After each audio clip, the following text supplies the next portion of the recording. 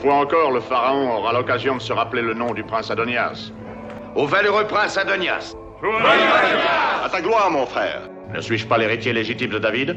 À peine serais-je que David a cessé de respirer, que moi-même te reconnaîtrai pour son successeur. Ce n'est que dans la paix qu'Israël sera prospère et puissant.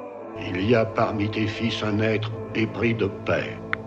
Ce fils, tu l'as pour cette raison appelé Salomon. Le royaume m'appartient. Dieu en décide autrement. J'aurais dû le tuer avant qu'il fût sacré roi. Depuis que Salomon occupe le trône d'Israël, ses forces ont constamment grandi.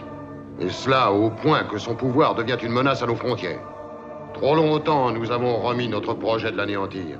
Ce peuple est désormais fanatisé par son roi, Salomon. Un simple rêveur, épris de paix. Faut mettre un terme à Israël, et avec lui à cette dangereuse idée d'un seul Dieu. Vous recourez à la force. Et comment détruire une idée, une foi, avec la pointe de vos javelots? Il n'y a qu'un seul moyen de vaincre. J'apprendrai de ses propres lèvres le moyen de le réduire à néant. Je n'aurais jamais cru voir cette chose-là. Une païenne accueillie par Israël. Est-ce que l'on peut convertir une païenne au seul Dieu si on ne lui ouvre pas les yeux? Parce qu'elle est une alliée de l'Égypte, je lui ferai voir notre unité et notre force. Nous lui offrirons notre amitié avec l'espoir d'avoir un ennemi de moins contre nous.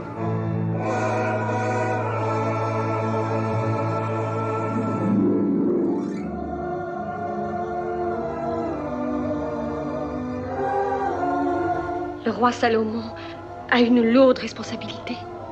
Il lui faut maintenir l'unité de nos 12 tribus. Est-ce tellement importante, cette unité?